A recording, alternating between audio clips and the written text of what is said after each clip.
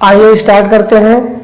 यहाँ पर सामान्य विज्ञान है और सामान्य विज्ञान में कुछ महत्वपूर्ण फार्मूले हैं जो कि परीक्षाओं में अक्सर पूछे जाते हैं। बहुत ही इम्पोर्टेंट क्वेश्चन है, इनको आप सब लोग विधिवत रट लीजिए। हर कंपटीशन वाली परीक्षाओं में जरूर से ज़रूर पूछा जाता है। और जो लोग अभी नए हैं, हमारे चैनल को सब्सक्राइब नहीं किए हैं, वह प्लीज़ कृपया चैनल को सब्सक्राइब कर लें, लाइक कर लें और ज़्यादा ज़्यादा इसे शेयर करें। आइए यहाँ पर देखते हैं। पहला है अम्लीय वर्षा का रासायनिक सूत्र क्या है। बहुत इंपॉर्टेंट क्वेश्चन है। अम्लीय वर्षा का रासायनिक सूत्र क्या है? तो होता है इसका SO2 प्लस NO2। अम्लीय वर्षा का जो रासायनिक सूत्र है वो SO2 प्लस NO2 है। इसको बोलते हैं सल्फर डाइऑक्साइड और इसको बोलते हैं नाइट्रोजन डाइऑक्साइड। दोनों का मिश्रण कहलाता है अम्लीय वर्षा का सूत्र। दूसरा देखते हैं संगमरमर। संगमरमर का जो सूत्र होता है वो होता है CaCO3। इसका रासायनिक नाम है कैल्शियम। Ca को कहते हैं कैल्शियम, CO3 को बोला जाता है कार्बोनेट, तो ये होता है कैल्शियम कार्बोनेट। तो ये संगमरमर का फार्मूला है। इसे चाक का भी सूत्र कहते हैं, जैसे कहा जाए चाक या खड़िया, और इसे क्या कहते हैं चूना पत्थर का भी सूत्र से कहा जाता है। तो संगमरमर को क्या कहते हैं, चाक भी कहते हैं। चाक का सूत्र अगर पूछा जाए, जिसको कहते हैं खड़िया, चूना पत्थर कहा जाए, कैल्शियम कार्बोनेट कहा जाए, तो यह कैल्शियम कार्बोनेट CaCO3 होता है। और अब नेक्स्ट देखते हैं शुष्क बर्फ। बहुत ही इंपॉर्टेंट है, कई परीक्षाओं में यह पूछा गया है कि शुष्क बर्फ का जो फार्मूला होता है वो क्या होता है, शुष्क बर्फ। तो इसका फार्मूला होता है CO2। कार्बन डाइऑक्साइड को कहा जाता है शुष्क बर्फ। यूरिया का फार्मूला जो होता है, यूरिया का फार्मूला होता है NH2CONH2। ये यूरिया का फार्मूला हो जाता है। ग्लूकोज का सूत्र होता है C6H12O6। चीनी या स्यूक्रोज का फार्मूला होता है C12H22O11। बालू, सिलिका जिसको बोलते हैं, बालू का सूत्र होता है SiO2, जिसका रासायनिक नाम होता है, Si को बोलते हैं सिलिका, O को कहते हैं ऑक्सीजन ऑक्साइड, तो इसको बोलते हैं सिलिकॉन डाइऑक्साइड। सल्फर जिसे कहते हैं गंधक, हिंदी में गंधक बोला जाता है और अंग्रेजी में इसे सल्फर कहा जाता है। तो अगर कहा जाए सल्फर या गंधक का फार्मूला बताइए, तो यहाँ पर देखिए सल्फर का जो प्रतीक होता है S होता है। सल्फर का प्रतीक S होता है, लेकिन यहाँ पर अगर कहा जाए सल्फर या गंधक का रासायनिक सूत्र बताइए, तो वो फार्मूला होता है S8। उसको कहते हैं S8। तो S8 को क्या कहते हैं, सल्फर या गंधक का रासायनिक सूत्र। बेंजीन का जो फार्मूला होता है वो C6H6 होता है। बेंजीन का जो फार्मूला होता है C6H6 होता है, ये बेंजीन का होता है। इसमें कार्बन की संख्या 6 है और हाइड्रोजन की संख्या भी 6 है। या बेंजीन को हम इस तरह से भी दिखा सकते हैं, ये बेंजीन का स्ट्रक्चर कहलाता है, इसे बोलते हैं बेंजीन का स्ट्रक्चर। तो ये आप जानिए C6H6 या बेंजीन, ये सभी फार्मूला बहुत ही इम्पॉर्टेंट है। आपको हमारी वीडियो को लाइक कर दीजिए। सामान्य विज्ञान में अगला है खाने का सोडा जिसको कहते हैं सोडियम बाइकार्बोनेट। तो NaHCO3 ये फार्मूला हो जाता है खाने का सोडा।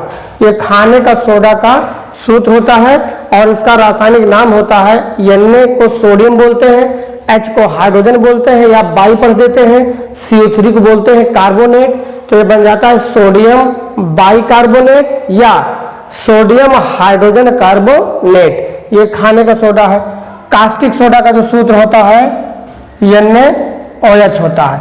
इसे बोलते हैं sodium hydroxide. Caustic potash KOH, इसे बोलते हैं पोटेशियम हाइड्रोक्साइड। विरंजक चूर्ण का फार्मूला होता है CaOCl2। इसे कहते हैं विरंजक चूर्ण या अंग्रेजी में इसको बोलते हैं ब्लीचिंग पाउडर। तो विरंजक चूर्ण या ब्लीचिंग पाउडर का फार्मूला पूछा जाए तो CaOCl2 होता है। इसका जो रासायनिक नाम होता है वो होता है कैल्शियम हाइपोक्लोराइड। Calcium hypochloride. अगर विरंजक चूर्ण या ब्लीचिंग पाउडर का रासायनिक नाम पूछा जाए तो कैल्शियम हाइपोक्लोराइड होता है। फिर धावन सोडा जो है, धावन सोडा Na2CO3.10H2O, ये धावन सोडा का क्या होता है, फार्मूला होता है। इसे बोलते हैं क्रिस्टलीय सोडियम कार्बोनेट।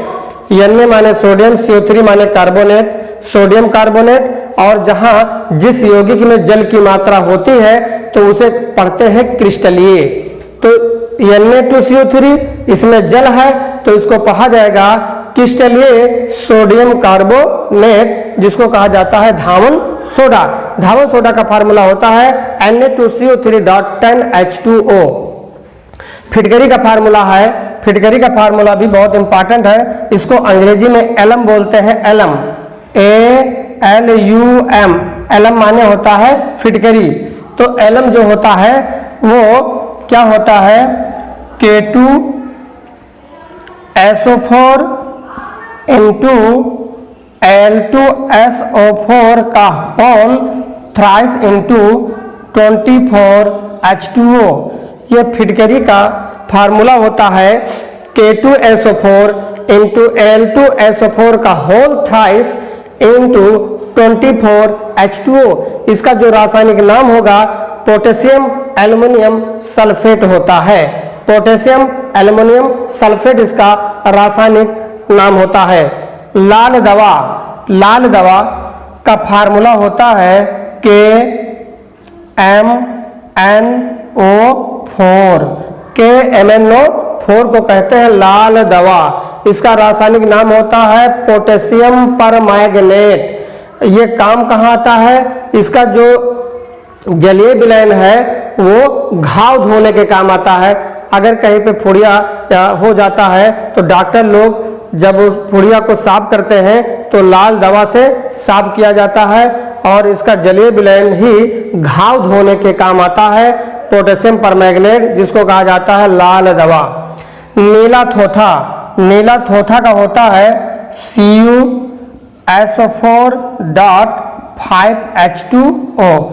ये नीला थोथा का फार्मूला होता है। और स्टार्च का फार्मूला होता है, स्टार्च का फार्मूला होता है C6H10O5 होल होता है N। यहाँ पे लिख दीजिए N। तो C6H10O5N ये होता स्टार्च। इसको हिंदी में बोला जाता है मंड। स्टार्च या मंड का जो फार्मूला होता है C6H10O5 का होल N।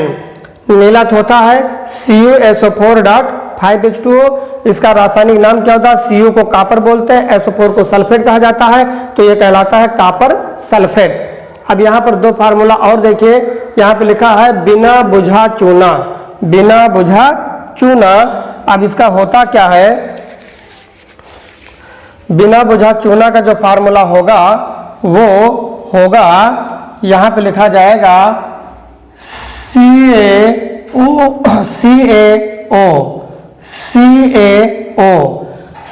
को बोलते हैं कैल्शियम, O को बोला जाता है ऑक्साइड।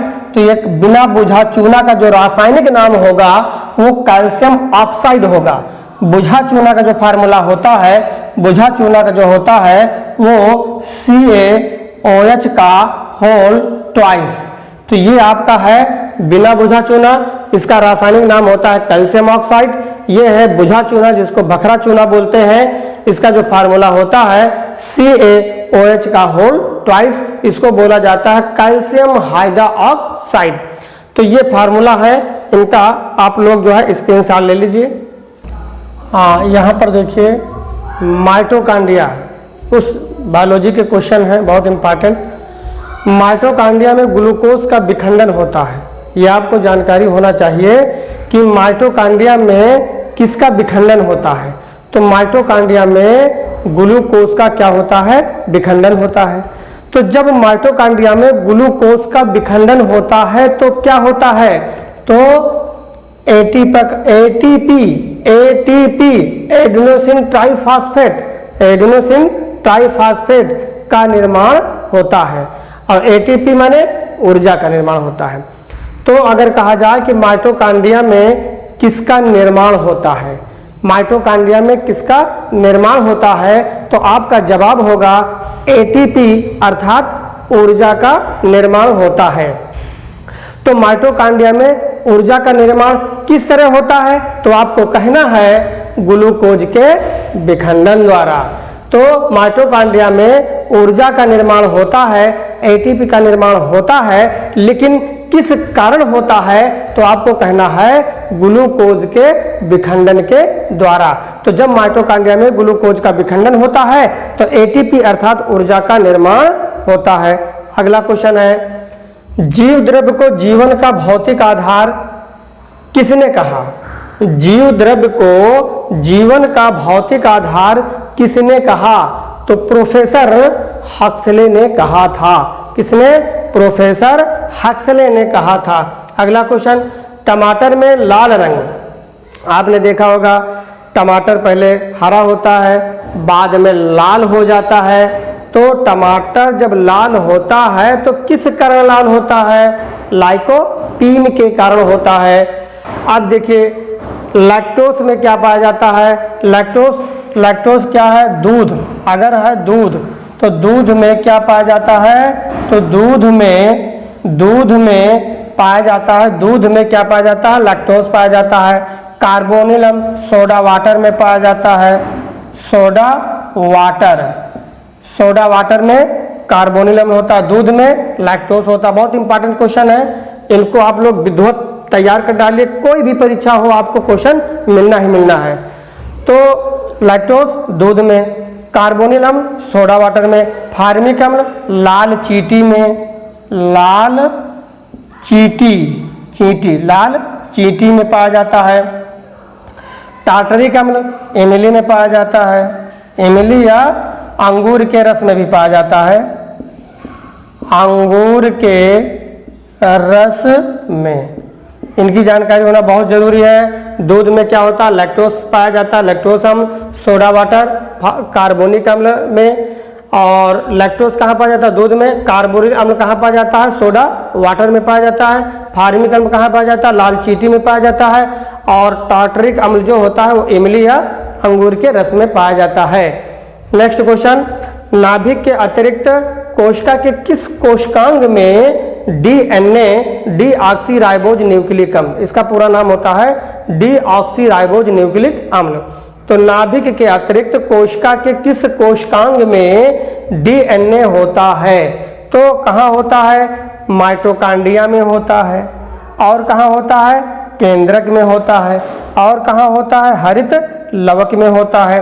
तो नाभिक के अतिरिक्त, बहुत इंपॉर्टेंट क्वेश्चन है परीक्षा की दृष्टि से, नाभिक के अतिरिक्त कोशिका के किस कोशिकांग में डीएनए होता है? तो नाभिक में तो ये होता ही होता है, लेकिन नाभिक के अतिरिक्त और कहाँ होता है?